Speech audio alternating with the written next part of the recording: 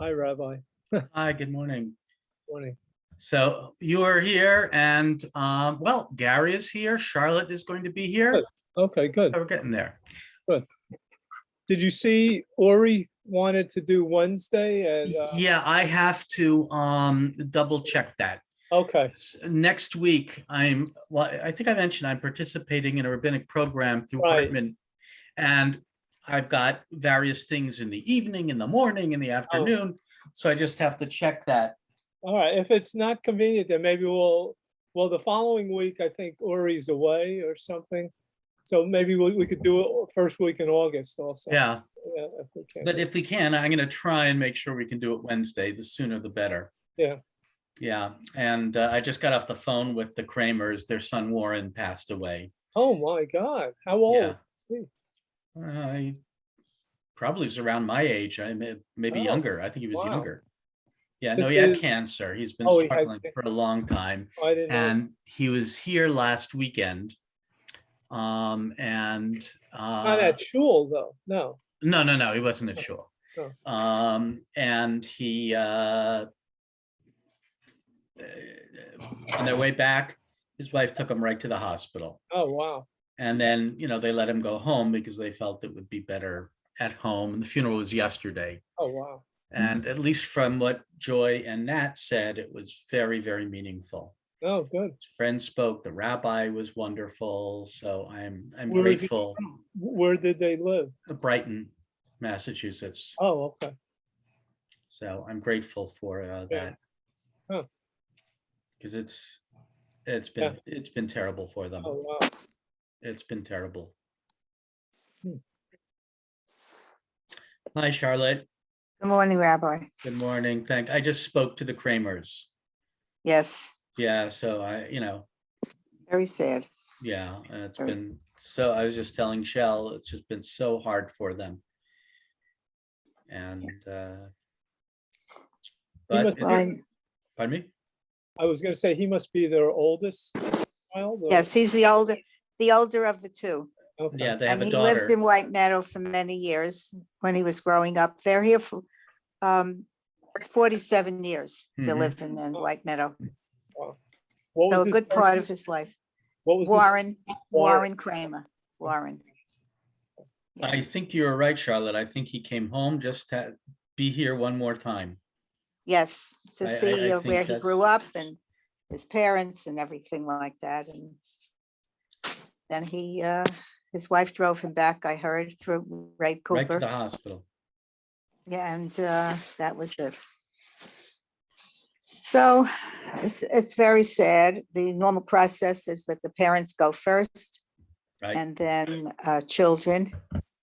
And when it's the other way around, it's It's very terrible. tough. It's Yeah. devastating. Yeah. And they've been living with this for a while, and it has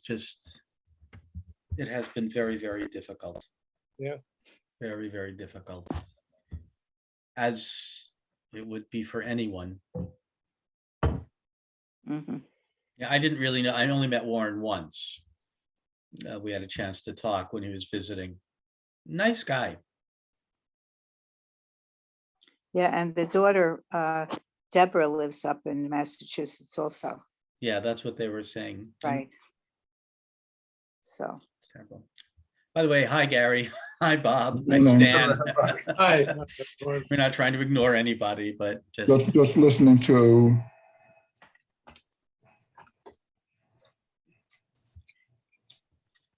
so we'll wait a couple more minutes. I'm not sure, because again, our announcement of this was not great. And then I got the articles out very, very late. So I apologize. Been a little crazy. But I hope everybody is well. From what I can Yes. see, but everybody looks good. So.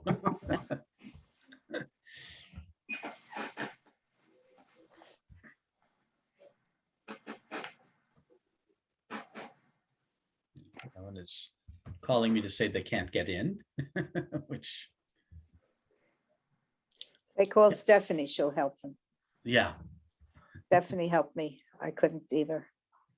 I don't know what was wrong. I wish I understood more of the technology of today, but I'm getting a little bit better as time passes. I think you're doing better. I think you're doing well, it's. Well, my grandchildren know everything. Yeah, If they live with me, or if one of them lived with me, I would be in better shape technologically, but technologically, yeah.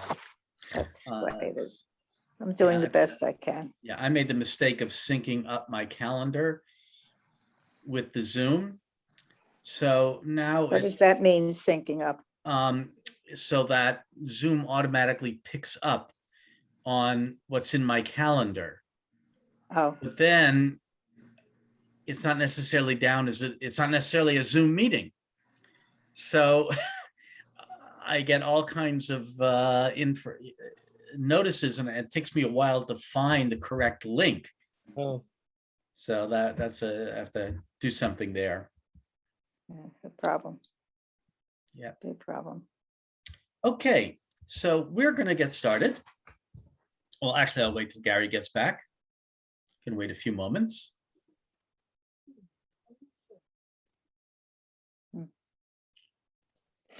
Much rather be hanging out with everybody in person, but either way, I'm happy to hang out with everybody. That's fun.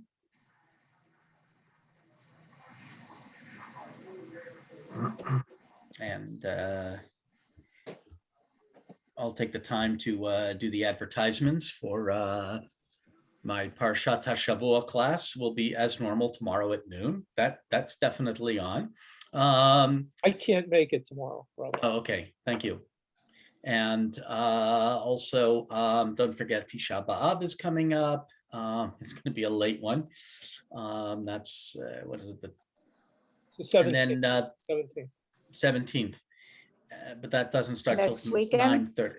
Yeah, next weekend, Saturday night, yes. Saturday night at 9:30. Uh-huh.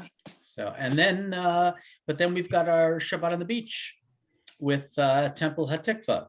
That'll be at Beach 1. That'll be the 23rd. So that should be fun. Okay. May I make a suggestion that you tell that somehow it's told to everybody that it's beach 1, because people will go to beach 3 and there'll be nobody there. Right. Yeah. No. We've been emphasizing it's Beach 1. So That's good. there is a problem, of course, that people don't read their email or read the. Well, that's a different story Anything. entirely. Yeah. That's People don't read anything. Right. When I was in my first congregation in Kansas City, it was huge. We had about 1,300 families, and we'd be sending out all the, this is back in '88. So, we're sending out all of these sorry, not emails. We weren't, those days we didn't have email, but we were sending out all this information, the flyers and announcements of our programs. And everyone said, this is ridiculous. It's too much postage. Don't send it out so much. So we decided, okay, we're going to send out the bulletin and another time a month. And then everybody complained, how come you don't tell us what's going on? So, Well, people are never happy. Doesn't Right. matter what it is, they're never happy. So That's the then- way. That's the way of human nature around. Yeah, and it's everywhere. It's not just, it's not Not White just Meadow. us. It's all over. It's all over. Yeah. Yeah, one of the discussion groups I'm on has the news service. I get reports about trucks running into railroad overpasses, and it's always a 13-foot tall truck trying to get under an 11-foot bridge. And the report is always, there are 4 signs, there are 5 signs, there's a warning system with flashing lights. The truck drivers are still following their GPS, and the GPS told me to go that way. $50,000 in damage to the truck. Yeah. Mhm. And to the bridge and Right, all they have to Crazy. do is read the signs. No, Uh, no. no. Well, we always think we know better anyway, being an audiophile, God forbid we should actually look at the instructions. Yeah. Of course, we know audio, we can do. Right. One of my mottos is, when all else fails, read the instructions. Yeah. My husband used to say that too, especially if there was an appliance that didn't work. he would read the instructions and do something, and then it would work. Oh. That's human nature, Yeah. really. Of Why course, we unless don't you're putting know. together something from IKEA, then that's that's another. Well, then you don't have to read the instructions, you just have to follow them. Yes, if you can. Read and follow. Yeah. So we're going to get started. I don't know if you had it since the articles went out late. I'm not sure that you got them. No, So basically, I'm looking at 3 articles, and it's really the first one that stands out. It was an article by Natan Sharansky and Gil Troy. Gil Troy is a scholar who has written a lot about Israel and politics, Jewish he goes thought. way back. Pardon me?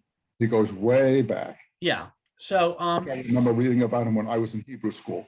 oh, so Gil Troy is not that old though. So anyway, he and Sharansky have been doing a number of things together, and they published an article in the online magazine Tablet called "The Un-Jews." And the subtitle is "The Jewish Attempt to Cancel Israel and Jewish Peoplehood." And they begin by talking about, the recent conflict in Israel, that when Israel's attacked by Hamas missiles from Gaza, they say the criticism from some voices within the American Jewish community seem not only more intense, but categorical, escalating very quickly from what Israel did to what Israel is. And then they say in many blue state cathedrals, this is Gil Troy's politics. It was no longer good enough for critics to call themselves pro-Israel and pro-peace or affirm their Zionist credentials while blasting Israel for real or supposed misdeeds. And here's kind of the key part. Echoing social justice talk, dozens of Jewish and Israeli studies scholars define Zionism as a diverse set of linked ethno-nationalist ideologies shaped by settler colonial paradigms that assumed a hierarchy of civilizations and contributed to unjust, enduring, and unsustainable systems of Jewish supremacy. Basically, it's using all the jargon of some of the new woke culture to criticize Israel. And the criticism of Israel became less about specific acts of Israel and more about the reality of Israel. And they also mentioned that CUNY, City University of New York, Jewish Law Students Association, demanded, quote, a Palestinian right to return, a free and just Palestine from the river to the sea, and an end to the ongoing Nakba. What is that? Nice word. Nakba is the term that the Palestinians use to describe the creation of the state of Israel. I mean, for them, it means like catastrophe. And for them, it was. But, and they want a Palestinian state. I mean, not all Palestinians, but certainly the leadership. And there has been, no great evidence that, which is why Israelis have just gotten disgusted with the Palestinians. There are many who want a Palestinian state from the sea to the Jordan, or what they say here, from the river to the sea, from Jordan all the way to the Mediterranean. In other words, no Israel. And what's so shocking is that comes from, again, a Jewish Law Students Association. And a lot of the criticism that comes from the left has been this criticism of Israel as a nation. Again, going back to talking about an ethno-nationalist ideology shaped by settler colonial paradigms, which is not really accurate regarding Israel. But, we've seen some of it. David Gordis, not Danny Gordis. This is his uncle, David Gordis, who was president of Boston Hebrew College, a brilliant scholar and a wonderful teacher. A number of years ago, he wrote an article saying like he's kind of given up on Israel. To which his nephew penned a rather strong response. And then, of course, we had more recently, last year at this point, Peter Beinart in the New York Times saying he's given up, on the notion of Israel. There should be one binational state, Jewish and Palestinian. And the question becomes, at what point, can we say that Sharansky and Gil Troy talk about these people as un-Jews? They're trying to undo Judaism. Here they're trying to separate Zionism or Jewish nationalism from Judaism, which I think that certainly since the formation of the State of Israel, and even before, this is something that has been shared by the vast majority of Jews around the globe. That, part of Jewish expression is an expression of ourselves as a nation among nations, and as a political entity in our homeland. And what these people seem to be doing is trying to separate those two terms, those two ideas. That, yes, one could be totally involved Jewishly. And by the way, some of these critics absolutely are. David Gordis is absolutely an observant Jew. Peter Beinart is an involved Jew. He belongs to a synagogue. He goes to synagogue. He observes the holidays. It's not like he's unconnected to Judaism. But they somehow are trying to disconnect Israel and the support of Israel from the state of Israel, from the Jewish people. And that's why Sharansky and Troy have come up with the notion of un-Jews. I'd like to ask, how many people are doing this, un-Jews? Is it a small group or an influential group, or a large majority? Well, it's a little bit of all three. On one hand, it does have a tendency, and it's relatively small, but they are influential because some of these people are rabbis, they're educators, they are academics, they're leaders in the Jewish community. They're people who people listen to. Right, exactly. And in terms of the number, it's they seem to be showing a lot of younger people, like college age, high school, college, 20-somethings, even 30-somethings, that also seem to fall more into this category. They say that 70 to 80% of the American Jewish community supports Israel's existence as a Jewish state. Right. So again, the majority of Jews, absolutely. And then if you add the rest of the world, I think it would be an even larger percentage.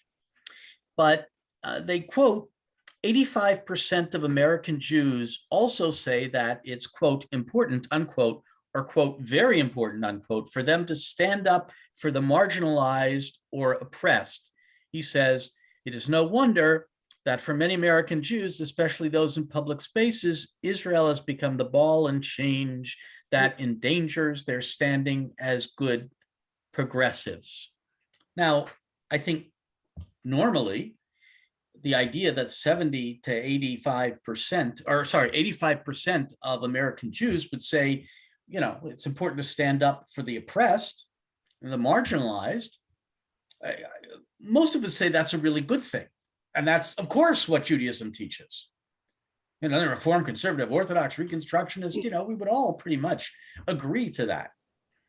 And in fact, even within that 85%, I think that, there are many who would say that we should be concerned about the Palestinians.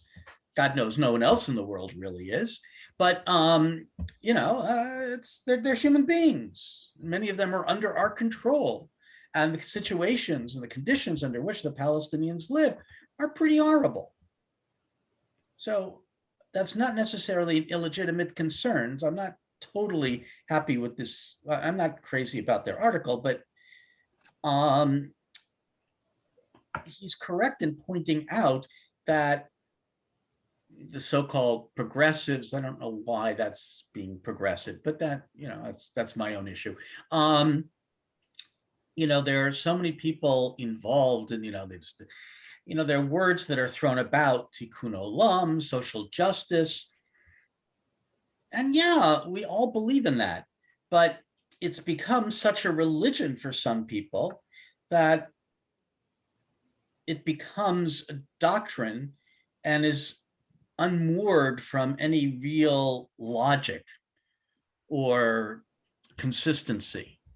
So that, you have some of these liberal groups that really, many of whom don't know anything about what's going on in the Middle East, by the way, who are just, we're talking about Jews here. Let's forget everybody else. But there are Jews who just think it's so important to stand up for the Palestinians that it's okay if that means denigrating Israel. And again, as they point out, those that say that Israel is an illegitimate state. And the question, and we've always had this type of question in Judaism. Now, God knows Jews have always had within their midst those who are self-critical. In fact, all one has to do is read the prophetic books of the Bible and even the Torah itself. Judaism does not hold up its leaders as bloodless plaster saints. We acknowledge human frailty.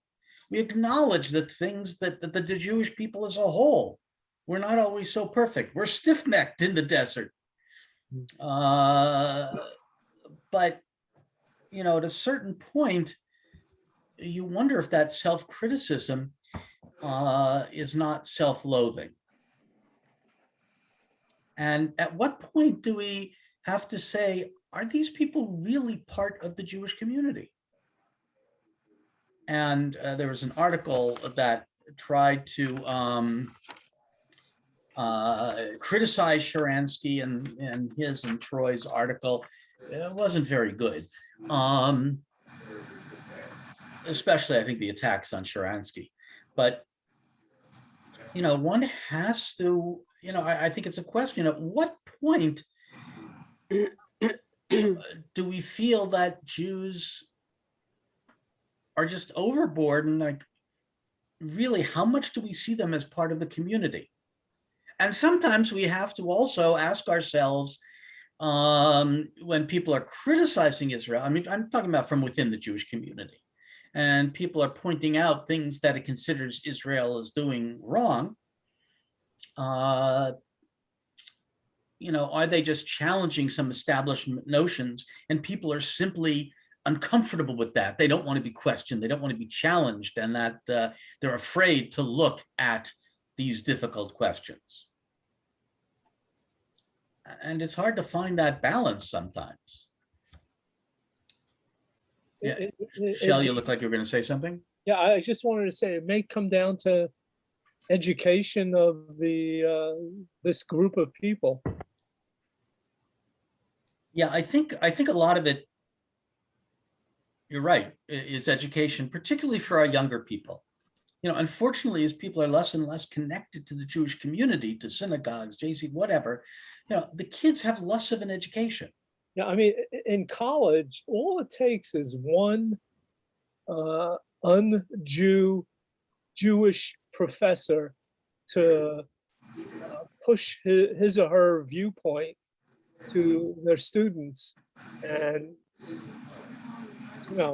that can sway the students very easily. Exactly. And in fact, the president of Rutgers, excuse me, not the president, it's been a little controversial, but the director of Hillel at Rutgers has recently retired. And I haven't read the article yet because I literally just downloaded it yesterday, has written how concerned he is for Jewish students on campus, both in terms of what kind of influences they hear, but also what comes from that influence is also what a lot of this anti-Israel stuff does, of course, is just simply create anti-Semitism. And the atmosphere on many campuses is really horrible. I mean, it's not always as bad as we sometimes read, but it's still not good. And again, depends on the campus and how it gets expressed. As a Rutgers alumni, with what happened with the current president, the new president of Rutgers, where he yielded to this Palestinian group, Mhm. and then did a reversal when all the Jewish leaders came and sat and met with him in his office, which was good. Mhm. I mean, it's good he's seeing both sides of the story, and he's not, again, this doesn't really apply 100% because he's not Jewish. Right. So, but it's easy to sway someone who doesn't know all the facts. Mhm. And that's why I'm going back to education, education, education. And, especially when we take a look at Israel. Now, in this last conflict, it begins with this, the idea. Well, first of all, there were a lot of things that came together. We've talked about this. It was like a perfect storm. It was holidays from the Jewish holidays. Well, Yom HaAtzmaut and Yom Yerushalayim. It was Ramadan, and there were the situation of possible evacuations from Sheikh Jarrah. Again, very quickly, it was a community that in pre-mandate days, or I should say during the mandate, was, it was an Arab village, but in mandate days, there were a number of Jews living there. And after the War for Liberation, the Milchemet HaShichror in 48, the land was under Jordanian rule. And the UN, together with Jordan, said, okay, we'll settle some of the Palestinian refugees from the war in this area, which was under Jordanian control. So the families were settled there, by Jordan and the UN. And when Israel gained the territories in 1967, they passed a little bit later, they passed a rule that any Jew who had land in around Jerusalem and in Israel before 48 could reclaim it. And that has meant that a number of Jews have tried to reclaim land and basically expel the residents, the Arab residents who may be there. And it's controversial to begin with, because that same law does not apply to Palestinians. And, the Palestinians that are there, they've been living there at this point for like 70 years. And most of the people who are really trying to reclaim the land and most of the people who are moving in are the far right-wing settlers. So, that was, so it's been controversial. It's been controversial for years. There, one might be able to say, and we understand why people are upset with Israel. How can you displace people? Couldn't you move people elsewhere? Why do they have to throw out residents?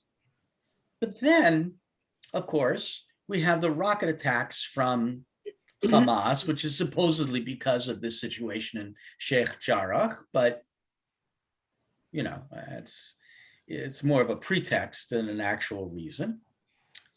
And then you have a situation of 4,000 rockets being launched at Israel. And people get upset because Israel defends itself. Now, unfortunately, war is hell. And people get killed. It's terrible. And frankly, I think it's terrible whenever people get killed. Doesn't matter what side you're on, doesn't matter if you're civilians, but of course, in the context of Gaza, Gaza is a very tightly populated area. And no matter how smart our bombs are, no matter how carefully they're targeted, it's very hard to avoid civilian casualties. And the Israeli military certainly does everything it can to avoid civilian casualties. We also have to remember, of course, that Hamas doesn't really care about its own citizens. If people die, it's good for Hamas. If they're killing Jews, that's great. And if their own people die, that's okay too, because then they become martyrs.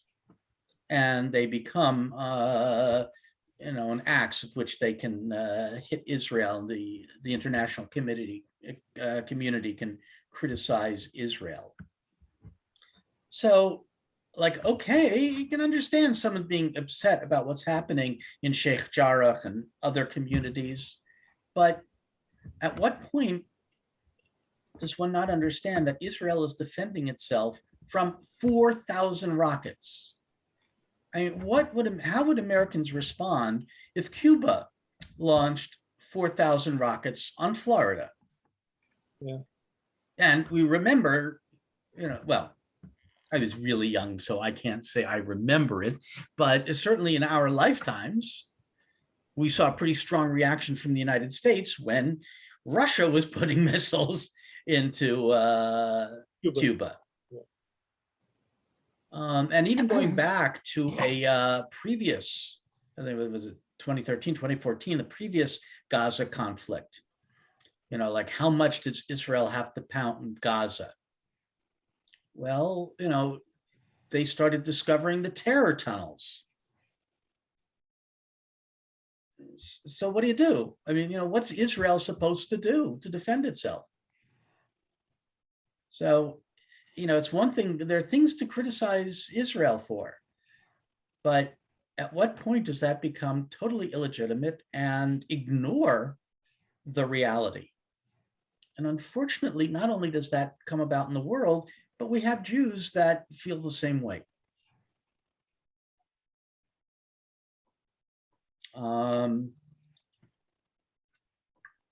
It's gotten worse because of this so-called woke culture, which just about everybody seems to be revolting against, because it frankly is revolting.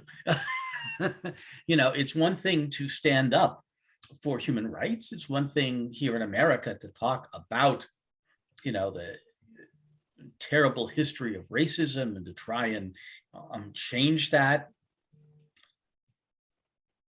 But at what point do you replace one prejudice with another? There was an article actually, it was Bret Stephens in the New York Times, who was talking about how there's, again, this kind of woke ideology that is now oppressing, certainly in universities, that's really oppressing people for who they are or their positions. And they're doing the exact same things that they're angry with people for doing. You've been doing this to the African-American community, you've been doing this to Asians, you've been doing that, which is true, those things are horrible. But now, they're doing it to everybody else. So it's also that this woke mentality has gone a little bit crazy, and here too, I would say that in some of the criticism of Israel, we've gone from really trying to express Jewish values to now turning it on its head and saying, well, we kind of have to destroy Judaism on some level. In this case, our Zionism, which, Israel is hardly perfect, not even close.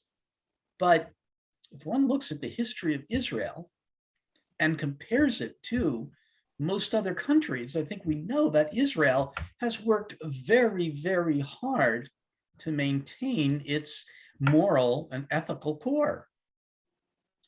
I mean, it has taken some hits from Netanyahu over the past years, which is why you have, but again, how do we respond to that?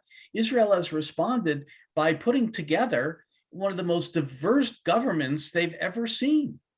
You've got the left, you've got the right, who normally could not even sit in the same room together, saying for the betterment of the country, we're going to come together and we're going to work hard. And I certainly don't agree with Bennett's politics. I'm just speaking for myself here. One can agree or disagree with him.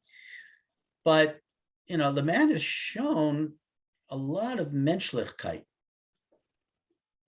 He stood up for some, very, from within the right-wing camp, he has really, stood up for behaving ethically. And that's, part of his complaints about Netanyahu. The question about Netanyahu's ethics. So now, by the way, I should mention that the way they use the term un-Jews is because they're kind of trying to undo the ways most actual Jews do Jewishness. But they're trying to say it's Jewish values that are, we want to strip away any ethnocentric and colonialist baggage.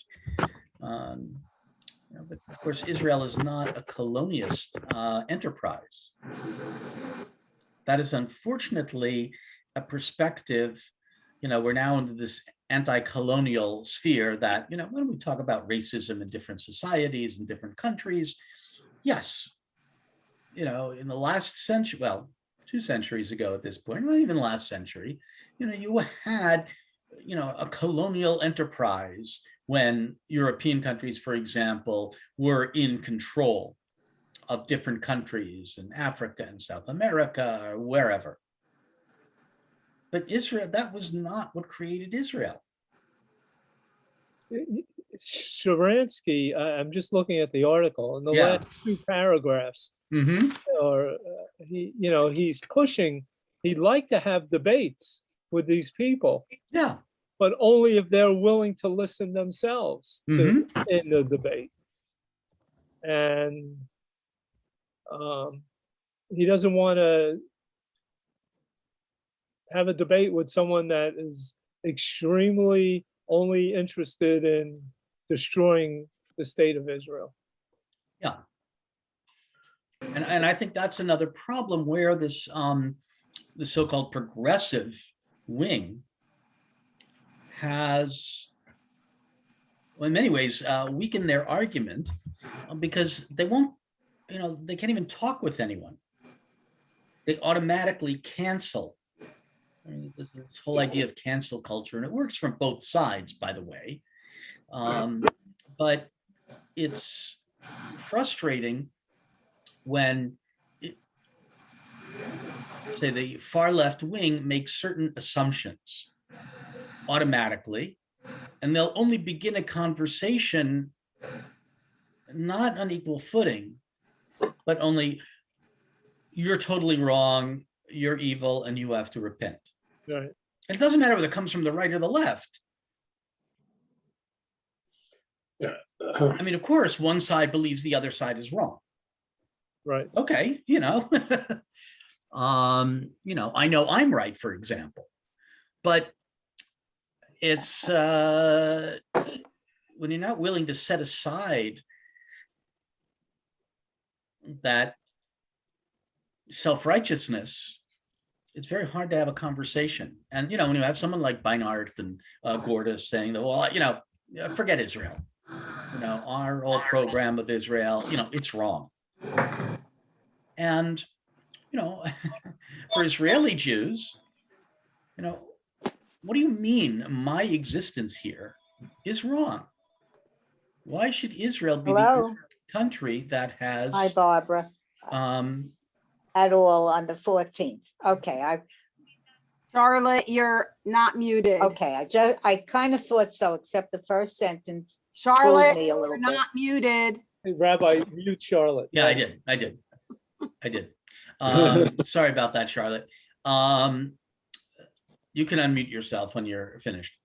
But it's, Where were you? yeah, but just this whole notion that, for Israelis thinking, you told me my nation, and what other nation in the world does anybody question its right to exist?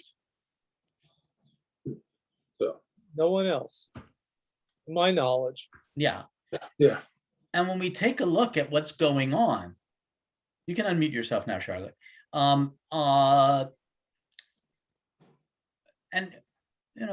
we take, for example, now this is not Jew, well, it is to some extent Jews criticizing Jews. The New York Times is certainly owned by a Jewish family. It's got plenty of Jews on its staff. When they ran the articles, there were two articles during that last conflict. One was a front page article on the situation, what it's like to live under occupation. And to be honest, it was pretty accurate for what the Palestinians have to live with, those who live on the West Bank. It was pretty accurate. One can question, was this the time to run that article as Hamas is raining down thousands of rockets? This has been the situation for a while. Why are you bringing this up now? And then it ran, again, a very moving front page article about the children that have been killed in the attacks. Normally we would only see biographies of these victims if they were Americans who were killed, say, in a mass shooting. When do we suddenly print the names and the pictures of the people who have been killed in Nebuch under tragic circumstances around the world or in other conflicts? I mean, pick up the paper every day. People are being killed in Afghanistan, Iraq. There are plenty. Africa. When does the New York Times run a full page ad? Well, not a full page, but a front page article on the victims? President of Haiti was assassinated yesterday morning. Well, yeah, but here this was very moving because it's the children that were killed, in Gaza. Yeah. Well, first of all, it turns out that some of them may not exactly have been so innocent that even some of the older children may very well have been members of Hamas. And it's been in the news that Hamas is having a summer camp to train children as terrorists, which they've been doing for a long time. That's not actually news. But, did the New York Times ever publish a front page article about the people that were killed in American drone strikes? And, I don't want to just make equivalency here, but, people get killed in war. And to think that, and just to single out Israel, I'm not happy about the children that are killed in Gaza. I'm not happy about anyone that's killed in Gaza. But, when suddenly you talk about the people killed in Gaza and you recognize, well, many of them were Hamas operatives, or many of them were killed because the Hamas rockets didn't make it to Israel. They fell back in Gaza. Yeah. And again, Israel is singled out when, in fact, sadly, there are people that are killed all over the world. So, Yes, Dan? Rabbi. I hate to interrupt you, No, please do. but, I didn't read while we were talking, I read the Sharansky article and the Weisberg Yeah. article. And the Sharansky is un-Jew title really goes to the New York Times. I think they published that article on the settlers' existence in the West Bank to justify the Hamas rockets. The New York Times editorial staff, a couple individuals notwithstanding, are basically what Sharansky would call un-Jews, whether they're Jewish or not. They're not only that, they're dedicated to extreme left-wing culture. And it doesn't matter whether it's Jews or American policy. Anyone who doesn't agree with their policy is exculpated. Yeah. And Weisberg, who is more than willing to destroy Israel, is insulted that he be called an un-Jew. So it's exactly what you said. You can't have, these people are not uneducated who are doing this. These are very educated people. And they've taken a path where their extreme left-wing ideologies are governing them. And I don't know that I agree with the term un-Jews, but people who don't support the Jewish people, Jewish or not, are certainly not, no friends of Israel. Yeah, or of the Jews. Thank you. That's a very good point. And I didn't bring out what Sharansky and Gil Troy have said, is that some of these people are in fact very educated. Yeah, some of them are brilliant people, and that's why people listen to them. But again, they've chosen one particular ideology over another, and really, for those who are Jews, in many ways, they are choosing another ideology over their people. It's and it's also part of the again, there's this extreme left that wants to cancel so much. Like, I mean, even here in the United States, on one hand, it's appropriate for us to really rethink our history and understand the role that racism has played, the role of slavery. It's a wider perspective on history. We understand history better when we look at the history of all peoples. But that doesn't necessarily nullify the right for America to exist or the pride that Americans may feel in America. We don't have to cancel. I mean, well, for example, George Washington. George Washington today, we would consider to be a racist. No question. But back in 1776, they didn't necessarily have those categories. And the reality is that we don't honor George Washington because he was a racist. He was not appointed first president because he had slaves. From our perspective, it's terrible. But, that's also not why we honor him. That Abraham Lincoln may have made some racist comments. Very often people are a product of their historical circumstances. And they carry that baggage with them, And, we have to look at them in that context. We also realize that Lincoln made the Emancipation Proclamation. He was fighting a war against slavery. That he wasn't perfect? Okay.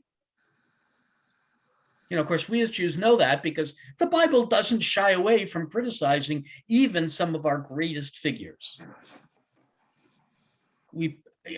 Great comment on Parashat Noach. It says in the first line of Parashat Noach, Noach ish tzadik tamim haya bedorotav. Noach was a completely righteous man in his generation. Et Elohim italech Noach. Noach walked with God. Now, if we just read that verse, we get the impression, and clearly that's the one that the Bible is trying to give us, that Noach was really a great guy. The rabbis, however, Whoa. we Hi, can hear you, Gary. Charlotte. What's up? So the rabbis, however, take this line that he was a completely righteous man in Well, his I'm on the generation. Zoom with the rabbi, but that's okay.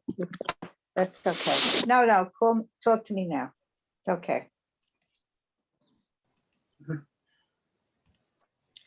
So they say there are those who will interpret that to Noach's credit, that in his generation, he'd be outstanding at any time.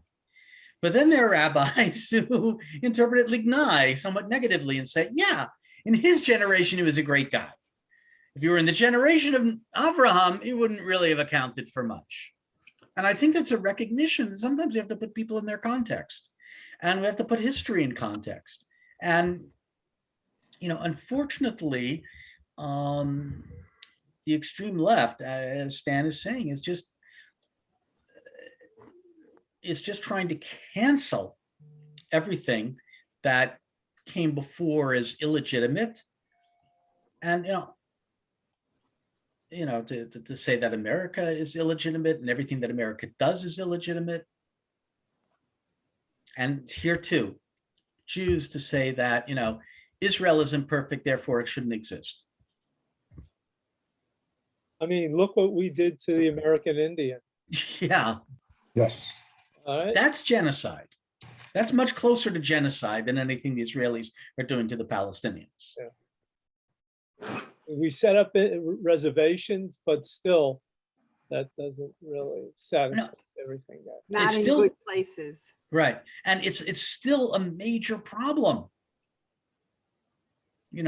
How much are Native Americans held back because of where either they're forced to live or they choose to live, but what kind of treatment are they given? We saw during COVID, there are numerous articles on how poor the medical treatment is. And, of course, there are serious issues within Native American society, but, as with any group, there always are internal issues that have to be dealt with by internally within the community. But how much of those issues come because of the way they are treated and what they're given by the surrounding culture. And, I think that it's, I understand the ideal. And, if you were to sit down and talk with me about Netanyahu's government, I have some pretty strong words. I am thrilled. And this is Charlie Popke talking, not even Rabbi Charlie. This is Charlie Popke. You don't have to agree. But it doesn't make Israel illegitimate. First of all, they democratically voted him out of office. Let's not forget this is still a democracy. Let's not forget that this brand new government has got an Arab party for the first time as part of the government. Even with half of this government right wing, it's got an Arab party. is it as perfect as it should be? No. And, even the right wing recognizes that certainly it has to treat its Israeli Arab citizens much, much better. But does that make it illegitimate? Or are we excited because they're trying? In America, got a long way to go in terms of how we treat Black America, Native Americans. We now, issues that come up with Asians. And let's not forget anti-Semitism. America cannot really be proud of its current status regarding anti-Semitism. But does that mean America is an illegitimate country? No, because we see these countries that are trying to be better. And, it's just, and it comes back down to education. How do we educate our people, our kids, to be committed, proud Jews? And that's tough. We have afternoon religious schools that, the hours we have the kids, it's not a lot. And homes that really don't observe anything. So the kids don't see Judaism there. They have no one to take them to Israel rallies. They're not imbued with this sense of peoplehood. And therefore, when they get to college, they're almost a tabula rasa. They can be influenced by almost anyone. Now, as many young Jews have raised, well, we only heard one side of the story. We never heard the other side. And, there's a great deal of truth to that criticism, that we haven't always done a good job of presenting the whole story. Although, as Shel will tell you, when we read Danny Gordis's book about the history of Israel, he didn't shy away from difficult stuff. Yeah. He didn't hide the sins of Israel in any way, shape, or form. When you read Yossi Klein Halevi's Letters to My Palestinian Neighbor, he doesn't ignore the very real issues that the Palestinians face, or the real problems that were created by the state of Israel. And I have to say that it's kind of interesting because, I was born in 59. So, one of my first political memories, one that I really knew about. I certainly knew about the assassination of Kennedy and of Robert Kennedy and Martin Luther King, but all that really was taking place around the 6-Day War. So, I was growing up in a very, very, very pro-Israel environment. And I was in Young Judea, a Zionist youth group. And one of my most beloved teachers, who was an incredible influence on my life, he had fought in the Irgun. So, I had pretty strong, I was really through, up until college, I would have been, without question, a Likudnik. Of course, Likud was different then too, but even so, I was very lucky because people talked about the realities. It was in the Zionist youth group that I learned about Deir Yassin, an Arab village that was almost wiped out by Israelis in the war for independence. I had people discussing the difficulties of, the so-called occupation, what has gone on with the wars of Israel. And, even in Ramah, we have in Mishlachat, the delegation of Israelis that come every year. And I remember the year, that they came, it was Mivtza Shalom HaGalil, the First Lebanon War. And the First Lebanon War was kind of like Israel's Vietnam in many ways. As one Israeli educator put it to me, in all the other wars of Israel, in the War for Independence, 56, the Sinai Campaign, certainly 67 and 73, he said, the people of Israel went to war. We were defending Israel. In Lebanon, the state of Israel went to war, where it was very much guided by the political and less by, the needs, the defense needs of Israel. And I remember listening to the Mishlachat talking about this. And normally the Mishlachat would come and they would talk and, oh yeah, we love Israel. You should move to Israel and all. And it was also then that I realized that I do understand Hebrew because they were talking. And you heard different opinions on the Lebanon war. You had one woman who was saying, the day before I left to come here, I went to my friend's funeral. And I don't know why he had to die in this war. And who had the soldiers said, I came from the battlefield the first week I was here in camp. I was looking in the trees everywhere I went. Because he was still battle ready. And I heard different opinions. And so I was lucky to get a lot of the two sides.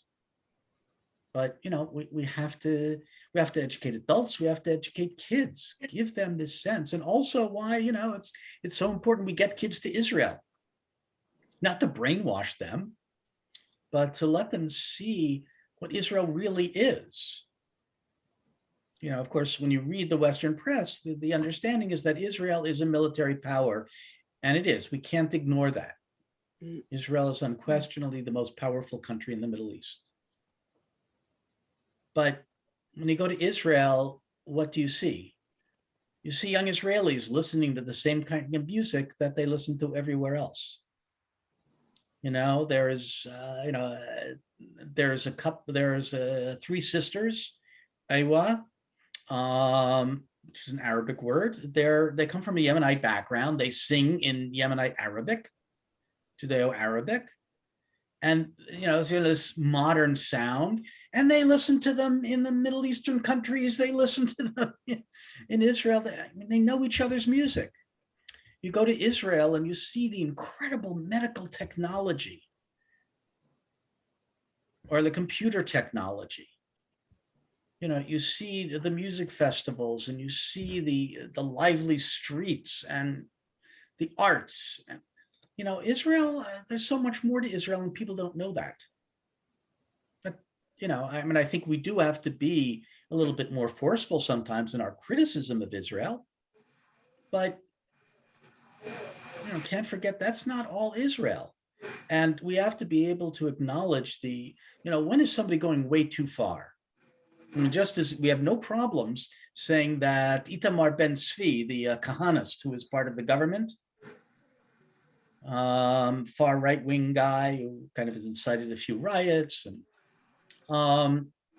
we don't look at him as Israel. He's a racist, no question about it.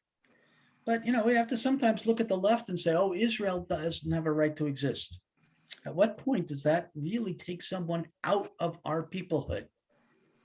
One of the great lines in the Haggadah is the response to the so-called wicked child.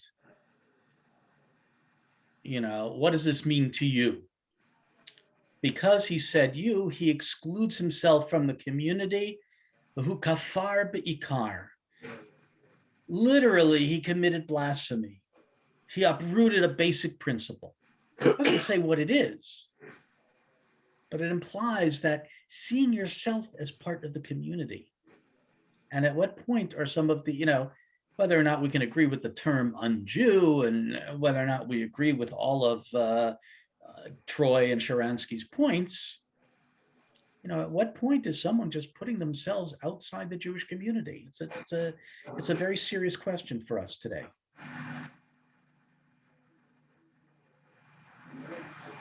Any other comments, reactions?